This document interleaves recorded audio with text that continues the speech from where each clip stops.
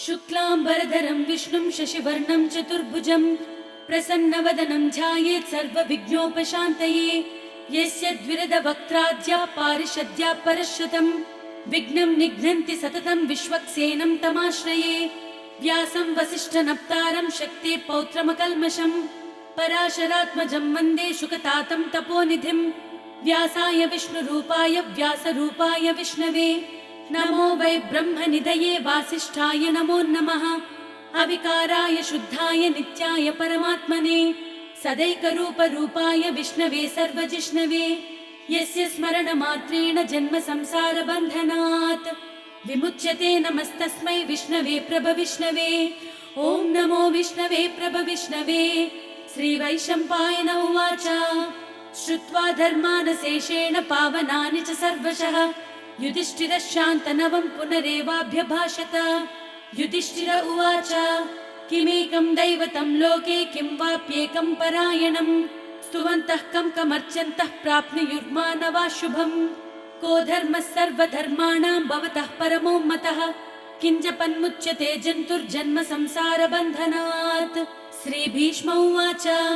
जगत्प्रभुं देवदेवमनन्तं पुरुषोत्तमं स्तुवन्नाम सहस्रेण पुरुषः सततोत्थितः तमेव चार्चयन् नित्यं भक्त्या पुरुषमव्ययम् ध्यायन् स्तुवन्नमस्यंश्च यजमानस्तमेव च। अनादिनिधनं विष्णुं सर्वलोकमहेश्वरं लोकाध्यक्षं स्तुवन् नित्यं सर्वदुःखादिगो भवेत्। ब्रह्मण्यं सर्वधर्मज्ञं लोकानां कीर्तिवर्धनं लोकनाथं महद्भूतं सर्वभूतभवोद्भवम्।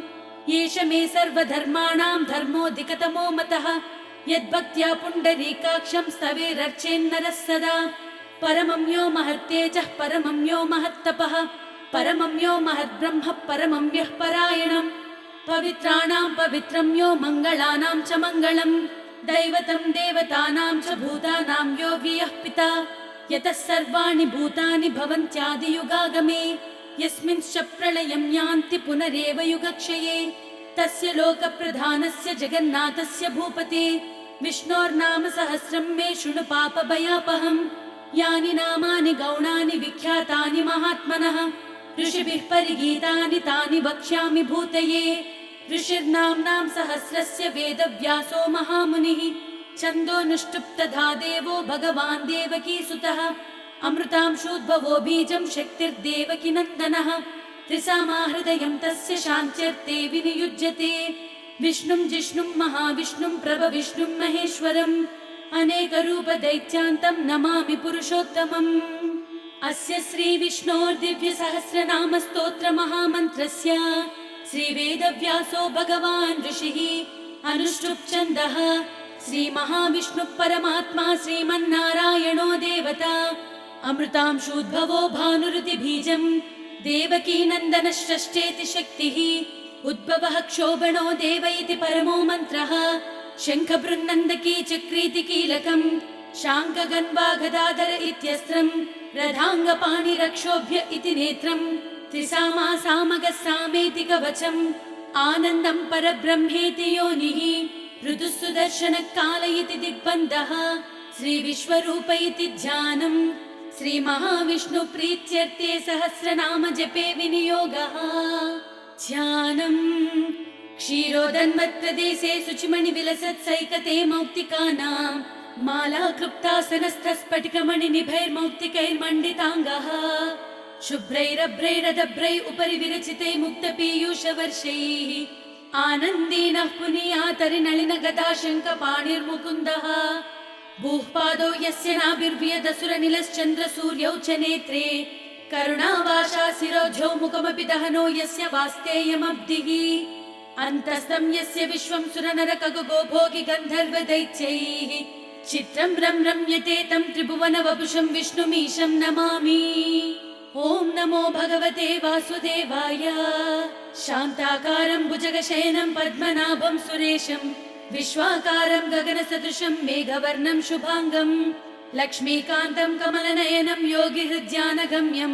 वन्दे विष्णुं भवभयहरं सर्वलोकैकनाथं। मेघश्यामं पीतकौसेयवासं श्रीवत्साङ्गं कौस्तुभोद्भासिताङ्गं पुण्योपेतं पुण्डरीकायताक्षं विष्णुं वन्दे सर्वलोकैकनाथम्। नमः समस्तभूतानामादिभूताय भूभृते अनेकरूपरूपाय विष्णवे प्रभविष्णवे शशङ्खचक्रं सकिरीटकुण्डलं सपीतवस्त्रं सरसीरुहेक्षणं सहारवक्षस्थलशोभिकौस्तुभं नमामि विष्णुं शिरसा चतुर्भुजम्। छायायां पारिजातस्य हेमसिंहासनोपरि आसीनवम्बुदश्याममायताक्षमलङ्कृतम् चन्द्राननं चतुर्बाहुं श्रीवत्साङ्कितवक्षसं रुक्मिणी सत्यभामाभ्यां सहितं कृष्णमाश्रये।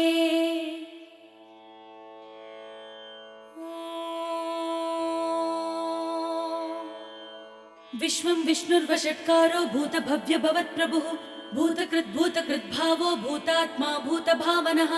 भूतात्मा परमात्मा च मुक्तानां परमागतिः अव्ययः पुरुषः साक्षी क्षेत्रज्ञोऽक्षर एव च योगो योगविदां नेता प्रधानपुरुषेश्वरः नारसिंहवपुः श्रीमान् केशवः पुरुषोत्तमः सर्वशिवस्थानुर्भूताधिर्निधिरव्ययः सम्भवो भावनो भर्ता प्रभवः प्रभुरीश्वरः स्वयंभुः शम्भुरादित्यः पुष्कराक्षो महास्वनः अनादिनिधनो धाता विधाता धातुरुत्तमः अप्रमेयो ऋषिकेशः पद्मनाभोऽमरप्रभुः विश्वकर्मा मनुस्वष्टास्तविष्टष्टविरो ध्रुवः अग्राह्यः शाश्वतः कृष्णो लोहिताक्षप्रदर्दनः प्रभुतस्त्रिककुब्धाम पवित्रं मङ्गलं परम् ईशानः प्राणदप्राणो ज्येष्ठश्चेष्ठः प्रजापतिः हिरण्यगर्भो भूगर्भो माधवो मधुसूदनः ईश्वरो विक्रमी धन्वी मेधावी विक्रमक्रमः अनुत्तमो दुरादर्शः कृतज्ञः कृतिरात्मवान् सुरेशः शरणं शर्म विश्वरेतः प्रजाभवः अहः संवत्सरो व्याळः प्रत्ययः सर्वदर्शनः अजः सर्वेश्वरः सिद्धः सिद्धिः सर्वादिरच्युतः वृषा कपिलमेयात्मा सर्वयोगविनस्मृतः वसुर्वसुमनः सत्यः समात्मा संवितः समः अमोघः पुण्डरीकाक्षो वृषकर्मा वृषाकृतिः रुद्रो बहुशिरा भभ्रुर्विश्वयोनिः शुचिश्रवाः अमृतः शाश्वतस्थानुर्वरारोहो महातपाः सर्वगः सर्वविद्भानुर्विश्वक्सेनो जनार्दनः वेदो वेदविदव्यङ्गो वेदाङ्गो वेदवित्कविः लोकाध्यक्षः सुराध्यक्षो धर्माध्यक्षः कृताकृतः चतुरात्मा चतुर्व्यूहश्चतुर्दंष्टश्चतुर्भुजः ब्राजिष्णुर्भोजनं भोक्ता सहिष्णुर्जगदादिजः अनघो विजयो जेता विश्वयोनिर्पुनर्वसुः उपेन्द्रो वामनः प्रांशुरमोघः शुचिरूर्जितः अतीन्द्रः सङ्ग्रहः सङ्ग्रो धृतात्मा नियमो यमः वेद्यो वैद्यः सदा योगी वीरः माधवो मधुः अतीन्द्रियो महामायो महोत्साहो महाबलः महाबुद्धिर्महावीर्यो महाशक्तिर्महाद्युतिः अनिर्देशवपुः श्रीमान् अमेयात्मा महादिदक् महेश्वासो महीभर्ता श्रीनिवासः सताङ्गतिः अनिरुद्धः सुरानन्दो गोविन्दो गोविदाम्पतिः मरीचिर्दमनो हंसः सुपर्णो भुजगोत्तमः हिरण्यनाभः सुतपः पद्मनाभ प्रजापतिः अमृतुः सर्वदृक्सिंहः सन्धाता सन्धिमान् शिरः अजो दुर्मर्शनः शास्ता विश्रुतात्मा सुरारिः गुरुतमो धामः सत्यः सत्यपराक्रमः निमिषो निमिषस्रग्वी वाचस्पतिरुदारदीः अग्रणीर्ब्राह्मणी श्रीमान् न्यायो नेता समीरणः सहस्रमूर्धा विश्वात्मा सहस्राक्षः सहस्रपात् आवर्तनो निवृत्तात्मा संवृतः सम्प्रमर्तनः अहः संवर्तको वह्निरनिलो धरणीधरः सुप्रसाद प्रसन्नात्मा विश्वसुद्विश्वभुग्विभुः सत्कर्ता सत्कृतः साधुर्जह्नुन्नारायणो नरः असंख्येयो प्रमेयात्मा विशिष्टः शिष्टकृष्टुचिः सिद्धार्थः सिद्धसङ्कल्पः सिद्धिदः सिद्धिसाधनः वृषाही ऋषभो विष्णुर्विषपर्वा वृषोदरः वर्तनो वर्तमानश्च विविक्तश्रुतिसागरः सुभुजो दुर्धरो वाग्मी महेन्द्रो वसुदो वसुः नैकरूपो बृहद्रूपः शिपिविष्टप्रकाशनः ओजस्तेजो ज्योतिधरः प्रकाशात्मा प्रतापनः बुद्धस्पष्टाक्षरो मन्त्रश्चन्द्रांशुद्भास्करद्युतिः अमृतांशूद्भवो भानुः शशबिन्दुः सुरेश्वरः औषधं जगतः सेतुः सत्यधर्मपराक्रमः भूतभव्यभवन्नादः पवनः पावनो नलः कामः कामकृत्कान्तः कामः कामप्रदः प्रभुः युगादिकृत्युगावर्तो नैकमायो महाशनः अदृश्यो व्यक्तरूपश्च सहस्रजितनन्तजित् इष्टो विशिष्टः शिष्टेष्टः शिखण्डी नहुषो वृषः क्रोधः क्रोधकृत्कर्ता विश्वबाहुर्महीधरः अच्युतः प्रतितः प्राणः प्राणदो वासवानुजः अपानिधिरधिष्ठानमप्रमत्तः प्रतिष्ठितः स्कन्दः स्कन्दधरो दुर्यो वरदो वायुवाहनः वासुदेवो बृहद्भानुरादिदेवः पुरन्दरः अशोकस्थारणस्तारः शूरः शौरिर्जनेश्वरः अनुकूलः शतावर्तः पद्मी पद्मनिभेक्षणः पद्मनाभोरविन्द्राक्षः पद्मगर्भः शरीरभृत् महर्दिरुद्धो वृद्धात्मा महाक्षो गरुडध्वजः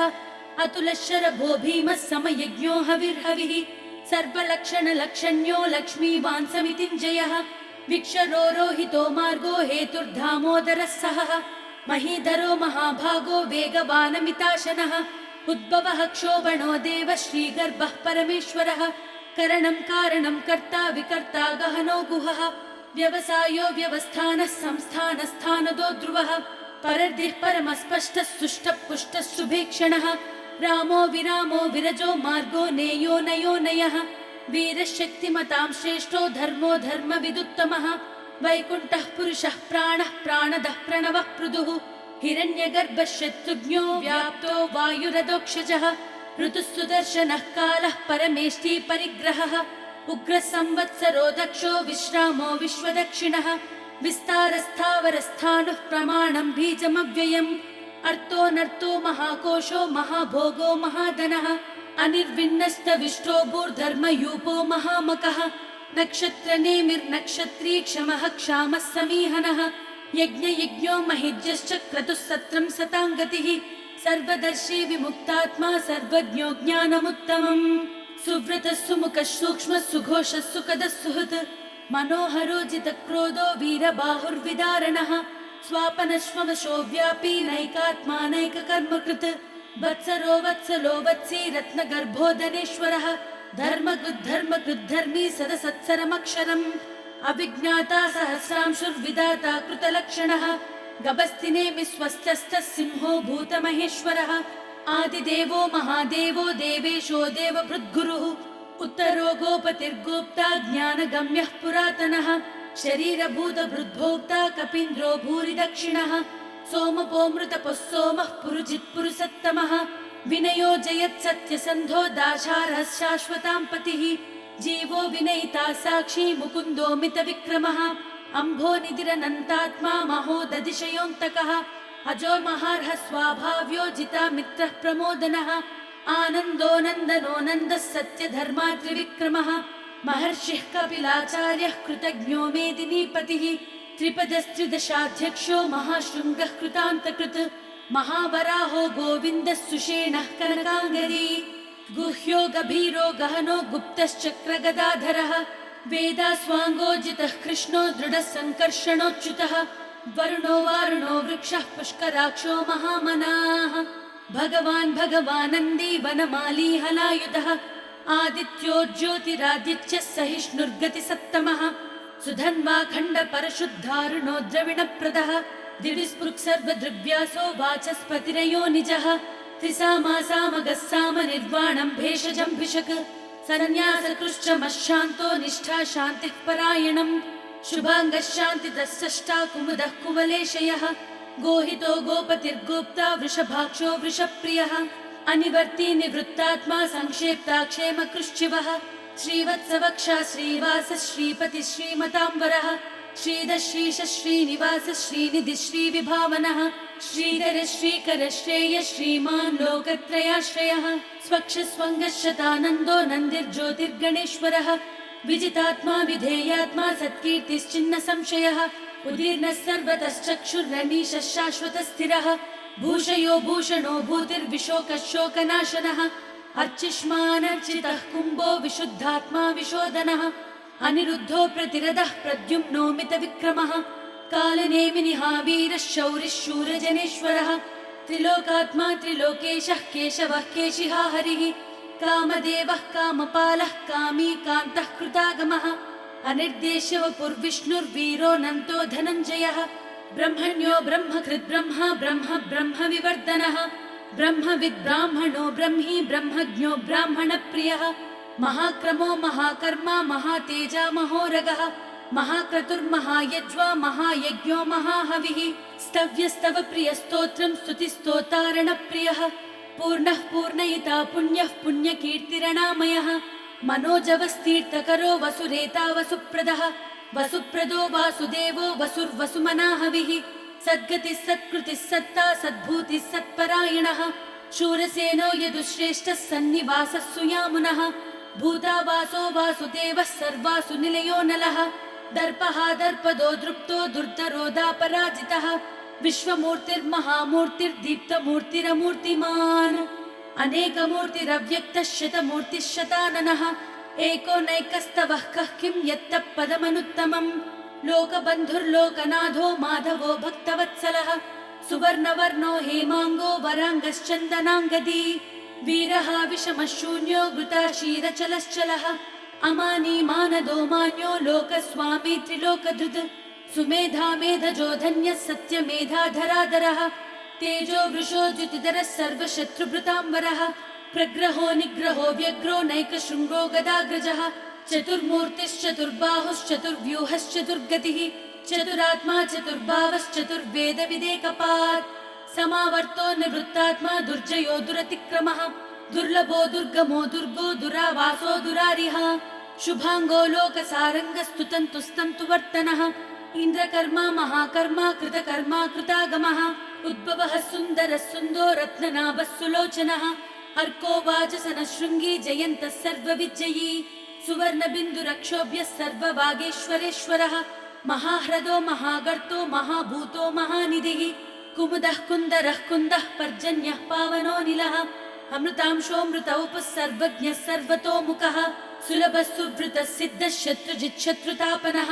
न्यग्रोदोदुम्बरोश्वस्तः शानूरान्ध्रनिषूदनः सहस्रार्चिः सप्तजिह्वः सप्तैधा सप्तवाहनः अमूर्तिरनघोचिन्त्यो भयकृद्भयनाशनः अनुर्बृहत्कृशस्थूलो गुणभृन्निर्गुणो महान् अधृतस्वधृतस्वास्य स्वाग्वंशो वंशवर्धनः भारपृत्कथितो योगी योगीशः सर्वकामदः आश्रमश्रमणक्षामः सुपर्णो वायुवाहनः धनुर्धरो धनुर्वेदो दण्डो दमयितादमः अपराजितः सर्वसहो नियन्ता नियमो यमः सात्ववान् सात्विकः सत्यः सत्यधर्मपरायणः अभिप्रायः प्रियारोहः प्रियकृत्प्रीतिवर्धनः विहाय सगतिर्ज्योतिः सुरचिर्हुतभुग्विभुः रविर्विलोचनः सूर्यः सवितारविलोचनः अनन्तो हुतभुग्भोक्ता सुखदो नैकदोऽग्रजः अनिर्विण्णः सदामर्षि लोकाधिष्ठानमद्भुतः सनात् सनातनतमः कपिलः कपिरव्ययः स्वस्तिदः स्वस्ति कृस्वस्ति स्वस्ति भुक् स्वस्ति दक्षिणः अरौद्रः कुण्डली चक्री विक्रम्योर्जितशासनः शब्दातिगः शब्दसः शिशिरः शर्वरीकरः अक्रूरः पेशलो दक्षो दक्षिणः क्षमिणाम्बरः विद्युत्तमो वीतभयः पुण्यश्रवणकीर्तनः उत्तारणो दुष्कृतिः पुण्यो दुष्स्वप्ननाशनः वीरः रक्षणः सन्तो जीवनः पर्यवस्थितः अनन्तरूपोऽनन्तश्रीजितमन्युर्भयापहः चतुरश्रोगभीरात्मा विदिशो व्यादिशो दिशः अनादिर्भूर्भुवो लक्ष्मी सुवीरो रुचिराङ्गदः जननो जनजन्मादिर्भीमो भीमपराक्रमः आधारनिलयो धाता पुष्पहासः प्रजागरः ऊर्वगत्सत्पथाचारः प्राणदः प्रणवप्रणः प्रमाणं प्राणनिलयः प्राणभृत्प्राणजीवनः तत्त्वं तत्त्वविदेकात्मा जन्ममृत्युचरातिगः भूर्भुवस्वस्तरुस्तारः सविता प्रपितामहः यज्ञो यज्ञपतिर्यज्ञा यज्ञाङ्गो यज्ञवाहनः यज्ञभृत्यज्ञभृत्यज्ञी यज्ञभृग्यज्ञसाधनः यज्ञान्तकृत्यज्ञगुह्यमन्नमन्नादयेव च आत्मयोनिस्वयं जातो वैखानः सामगायनः देवकीनन्दनः स्रष्टा क्षितीशः पापनाशनः शङ्खबृन्नन्दकी चक्री शाङ्खधन्वा गदाधरः रथाङ्गपाणिरक्षोभ्यः सर्वप्रहरणायुधः श्रीसर्वप्रहरणायुध ॐ नम इति वनमाली गदी शाङ्खी शङ्खी चक्री च नन्दकी श्रीमान्नारायणो विष्णुर्वासुदेवोऽभिरक्षतु वनमाली गदी शाङ्खी शङ्खी चक्री च नन्दकी श्रीमान्नारायणो विष्णुर्वासुदेवोऽभिरक्षतु वनमाली गदी शाङ्खी शङ्खी चक्री च नन्दकी श्रीमान् नारायणो विष्णुर्वासुदेवोऽभिरक्षतु श्रीवासुदेवोऽभिरक्षतु ॐ नम इतीदं कीर्तनीयस्य केशवस्य महात्मनः नाम्नां सहस्रं दिव्यानामशेषेण प्रकीर्तितं य इदं शृणुयात् नित्यं यश्चापि परिकीर्तयेत् नाशुभं प्राप्नुयात् किञ्चित् सोमुत्रेह च मानवः वेदान्तको ब्राह्मणः स्यात् क्षत्रियो विजयी भवेत् वैश्यो धनसमुद्यः स्यात् क्षुद्रः सुखमवाप्नुयात् धर्मार्थी प्राप्नुयात् धर्ममर्थार्थी चार्थमाप्नुयात् कामानवाप्नुयात् कामी प्रजार्थी चाप्नुयात् प्रजा भक्तिमान्यस्य दोधाय श्रुतिः सद्गतमानसः सहस्रं वासुदेवस्य नाम्नाम् एतत् प्रकीर्तयेत् यशः प्राप्नोति विपुलं याति प्राधान्यमेव च अचलां श्रियमाप्नोति श्रेयः प्राप्नोत्यनुत्तमम् न भयं क्वचिदाप्नोति वीर्यं तेजश्च विन्दति भवत्य रोगो ज्युतिमान् बलरूपगुणान्वितः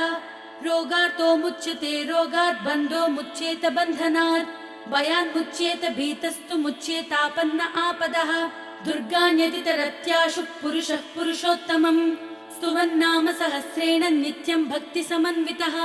वासुदेवाश्रयो मर्त्यो वासुदेव परायणः सर्वपाप विशुद्धात्मा याति ब्रह्म सनातनम् न वासुदेव भक्तानामशुभं विद्यते क्वचित् जन्म मृत्यु जरा व्याधि भयं नैकोपजायते इमं स्तवमदीयान श्रद्धा भक्ति समन्वितः युज्येतात्मसुखक्षान्ति श्रीतुतिश्रुतिकीर्तिभिः न क्रोधो न च मात्सर्यं न लोभो न शुभामतिः भवन्ति कृतपुण्यानां भक्तानां पुरुषोत्तमे द्यौस चन्द्रार्क नक्षत्रं खं दिशो भूर्महोरधिः वासुदेवस्य वीर्येण विधृतानि महात्मनः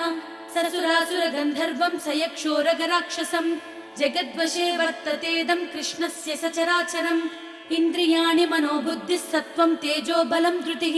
वासुदेवात्मकान्याहुः क्षेत्रं क्षेत्रज्ञ एव च सर्वागमानामाचारः प्रथमं परिकल्पितः आचारप्रभवो धर्मो धर्मस्य प्रभुरच्युतः ऋषयः पितरो देवा महाभूतानि धातवः जङ्गमा जङ्गमं चेदं जगन्नारायणोद्भवम् योगो ज्ञानं तथा साङ्ख्यं विद्या शिल्पादिकर्म च वेदशास्त्राणि विज्ञानमेतत् सर्वं जनार्दनात् एको विष्णुर्महद्भूतं पृथग्भूतान्यनेकशः त्रिलोकान् व्याप्य भूतात्म भुक्ते विश्वभुवव्ययः इमं स्तवं भगवतो विष्णोर्व्यासेन कीर्तितं पठेत्य इच्छे पुरुषः श्रेयः प्राप्नुं सुखानि च विश्वेश्वरमजं देवं जगतः प्रभुमव्ययम् भजन्ति ये पुष्कराक्षं न ते यान्ति पराभवम् ॐ नम इति अर्जुन उवाच पद्मपत्र विशालाक्ष पद्मनाभः सुरोत्तमा भक्तानामनुरक्तानां त्राता भव जनार्दन श्रीभगवानुवाच यो मां नाम सहस्रेण स्तोतुमिच्छति पाण्डवः सोऽहमेकेन श्लोकेन स्तुत एव न संशयः ॐ नम इति व्यास उवाच वासनाद्वासुदेवस्य वासितं ते जगत्त्रयम् सर्वभूतनिवासोऽसि वासुदेव नमोऽस्तु ते श्रीवासुदेव नमोऽस्तु ॐ नम इति पार्वत्युवाच केनोपायेन लघुना विष्णोर्नाम सहस्रकम् पठ्यते पण्डितैर्नित्यं श्रोतुमिच्छाम्यहं प्रभो ईश्वरोवाच श्रीराम राम रामेति रमे रामे मनोरमे सहस्रनाम तत्तुल्यं राम नाम वरानने श्रीराम राम रामेति रमे रामे मनोरमे सहस्रनाम तत्तुल्यं राम नाम वरानने श्रीराम राम रामेति रमे रामे मनोरमे सहस्रनाम तत्तुल्यं राम नाम वरानने श्रीराम नाम वरानन ॐ नम इति ब्रह्मोवाच नमोऽस्त्वनन्ताय सहस्रमूर्तये सहस्रपादाक्षि शिरोरुबाहवे सहस्रनाम्ने पुरुषाय शाश्वते सहस्रकोटियुगधारिणे नमः श्रीसहस्रकोटियुगधारिणे नमो ॐ नम इति सञ्जय उवाच यत्र योगेश्वरः कृष्णो यत्र पार्थो धनुर्धरः तत्र श्रीर्विजयो भूतिर्ध्रुवा नीतिर्मतिर्मम श्रीभगवानुवाच अनन्याश्चिन्तयन्तो मां ये जनाः पर्युपासते तेषां नित्याभियुक्तानां योगक्षेमं वहाम्यहम् परित्राणाय साधूनां विनाशाय च दुष्कृतां धर्म संस्थापनार्थाय सम्भवामि युगे युगे आर्ता विषण्णा शिथिलाश्च भीता घोरेषु च व्याधिषु वर्तमानाः संकीर्त्य नारायण शब्दमात्रं विमुक्तदुःखाः सुखिनो भवन्तु कायेन वाचा मनसेन्द्रियैर्वा बुद्ध्यात्मना वा प्रकृते स्वभावात् करोमि यत् सकलं परस्मै नारायणायेति समर्पयामि।